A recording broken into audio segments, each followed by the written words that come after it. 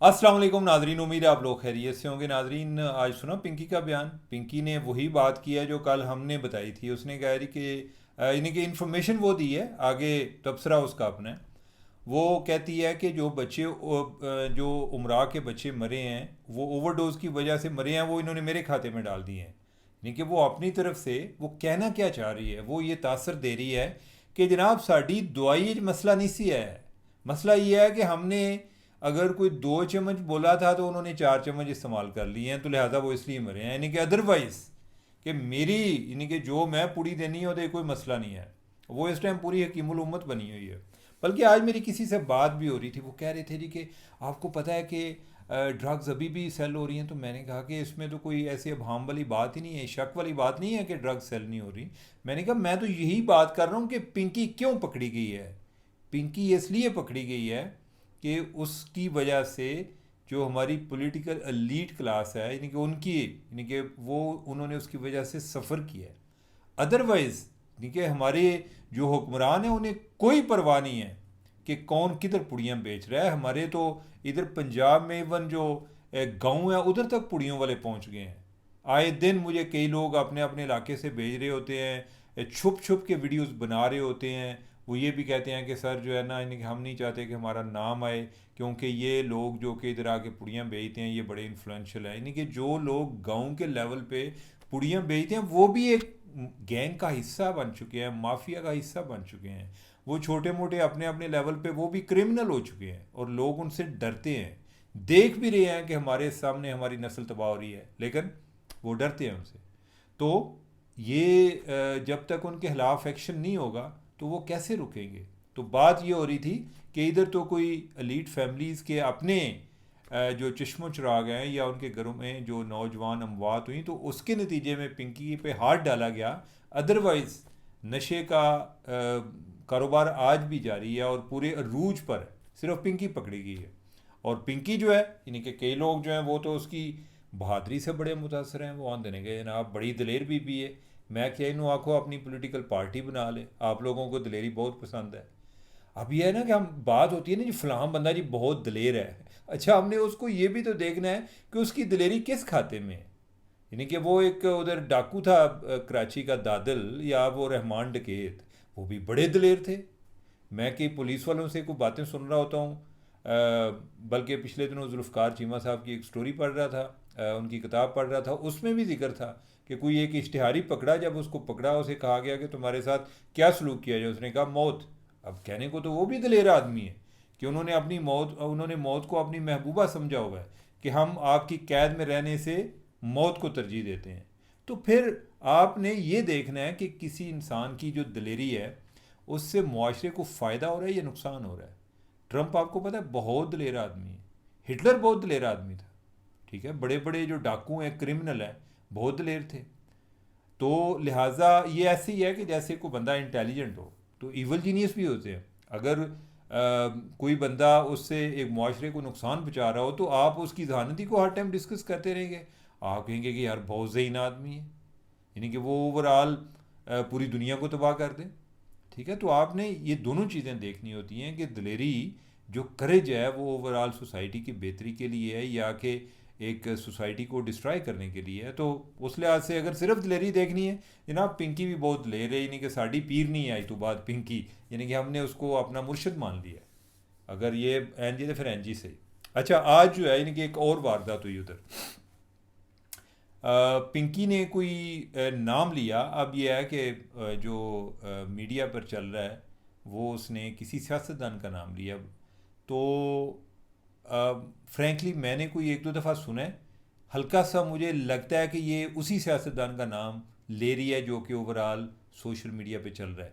लेकिन मुझे पूरी तस्दीक नहीं हो सकी कि ये क्या बात क्या कर रही है, या ये उसी का नाम ले रही है, या कि हमने एक नाम जो किसी सियासतदान का नाम मशहूर होता है, हो सकता है वो किसी पुलिस वाले का भी हो, उसकी बात कर रही हो। तो मैं उस लिहाज से बात नहीं करूँगा, लेकिन यह है कि वो एक हमारे साबिक प्राइम मिनिस्टर हैं उनका उसने जिक्र किया हुआ है।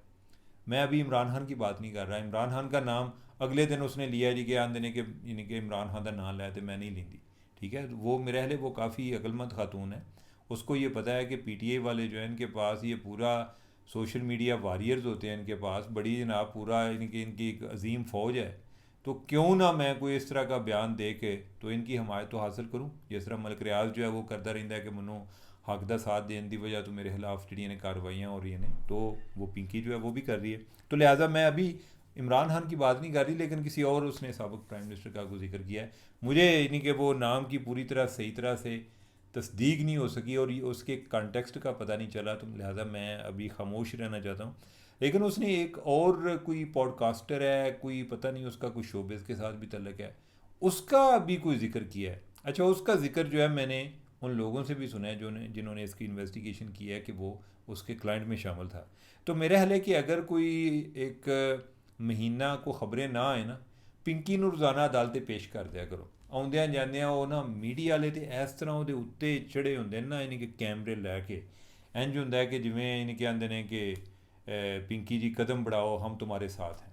ठीक है, तो यानी कि और जिस तरह अगले दिन किसी ने सवाल किया था कि आपको मीडिया को पैगाम देना चाहती हूँ तो बताएं, तो उसने आगे से कहा कि क्या कहा था, आपको तो याद होगा कि हम तो डूबे हैं सनम, तुझको भी ले डूबेंगे।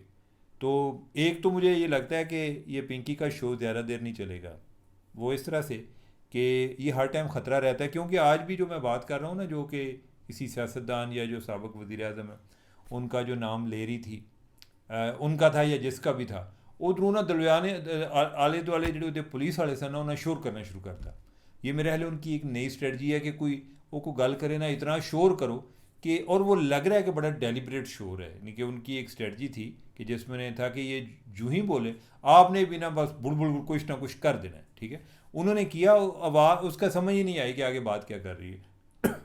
तो या तो ये है कि ये कोशिश इनकी यही होगी कि रोज़ाना जो है ना ये थिएटर ना लगे, ये इसको या तो अदालत में ही कोई जाके जज साहब सुन लिया करें, फिर ये एक बड़ा प्रेसिडेंट भी सैट हो जाता है ना, वो आंदे जी पिंकी नू सुनना है तो और कोई कई क्रिमिनल आखणगे कि सोने इत्थे आओ ना, सानू इत्थे आके सुनिया करो, सानू क्यों खज्जल करते हो। तो लिहाजा लेकिन जो है Pinky is a game in the town right now, she is a talk in the town. हर तरफ जो है ना पिंकी पिंकी हो रही है। बहुत सारे लोगों ने पिंकी से उम्मीदें लगाई हुई हैं कि जिनका नाम वो नहीं ले सकते वो पिंकी लेगी, और या पिंकी कोई किसी का नाम लेगी अगर को हमें फ़ायदा हो सकता है। और लोग डरे हुए भी हैं, सहमे हुए भी हैं कि साड़ा ना लै दे, साड़ा ना लै दे। तो जो आइस कंज्यूम करने वाले हैं, कोक इस्तेमाल करने वाले हैं, फ्रैंकली मुझे इसमें फ़र्क का भी नहीं ज़्यादा पता आइस और कोक का। तो हमने तो ये देखा है कि कोक में आइस डालते हैं। अब जो है यानी कि अब पता चला जी कि ये दो अलग नशे हैं। पता नहीं, हो सकता है कि कोई फ्री तो जी है कोई बर्फ़ कट के तो चूसते रहिंदे ने, सानू तो आइडिया नहीं है। खैर, तो लिहाजा जी ये तो पिंकी की गेम होगी। अच्छा, अब यह है कि इमरान खान के हवाले से आज पूरी पीटीआई जो है वो खड़ी होगी और फिर बैठ गई, और उन्होंने बयान दिया, और उसमें बहुत सारे लोग थे जिसमें उनके बैरिस्टर गोहर भी थे, महमूद खान अचकज़ई थे, बाकी भी लोग थे। और उन्होंने कहा कि इमरान खान और एहलिया की तबीयत से मुतल्लिक शदीद तशवीश है। इमरान खान को 4 मरतबा और बुशरा को 2 मरतबा हस्पताल लाया गया है, इमरान खान से मुलाकात करवाई जाए। अच्छा, अब यह है कि अब इनकी हो नहीं रही मुलाकात। ये लास्ट टाइम से मतलब यह है कि माजी में भी कभी भी जब इन्होंने मुलाकात करनी होती थी या कोई दिन गैप आ जाता था तो कोई इस तरह की बातें फैला देते थे कि हमें कुछ इतलात मिली हैं कि इमरान खान जो है ना वो फौत हो गए हैं, इमरान खान की हालत जो है वो बड़ी तशवीश है, हमें मिलाया नहीं जा रहा। कोई इवन इस तरह की कोई इंटरनेशनल मीडिया पर भी बातें चला देते थे। गवर्नमेंट जो है वो प्रेशर में आके उनको मिला देती थी। उसके बाद क्या होता था कि इमरान खान को आंदा सी कि ए मैं गालां कड्ढन लगा फलां बंदे नूं, ए जाके ना मेरे ट्विटर हैंडल ते चला देना। ठीक है, और वो आके चलाते थे। तो इनकी एक दो जो लास्ट मुलाकातें हुई वो इसी तरह से हुई कि आपने ये बाहर आके जो पैगाम है ना उस पर अमल दरामद वाला काम नहीं करना।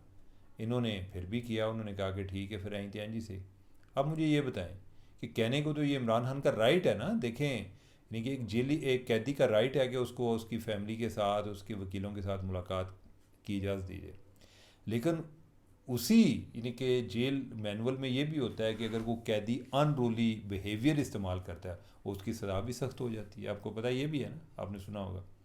तो अब अगर इमरान खान की मुलाकात कराते हैं तो इमरान खान या तो ये पार्टी के लोग ये बाहर आके वो पैगाम जो है उसी तरह मैनू अनपढ़ा ना करें, तो शायद इनकी मुलाकातें जारी रहें। अदरवाइज़ कोई भी हो, यानी कि मैं तो अगले दिन मेरा किसी ने वो क्या नाम है, पारस जहाँ ज़ेब का इंटरव्यू था, वो कह रही थी मुलाकात नहीं कराती। मैंने कहा कि पारस अगर आप हों, आपने इजाज़त देनी हो तो आपने इजाज़त दे दें। बाद में आके अगर आपको गालियाँ पड़ रही हों, जी इमरान खान ने क्या सी कि पारस को इतनी गालियाँ दें, तो नेक्स्ट टाइम आप इजाज़त देंगे। ठीक है, तो बात यही है, यानी कि मेरा ख्याल है कि इमरान खान को भी अपनी ज़ुबान पर कंट्रोल करने की ज़रूरत है। अच्छा, और इनके बहुत सारे जो मसले हैं वो इसी वजह से, ज़ुबान की वजह से इनके मसले पैदा हुए हैं।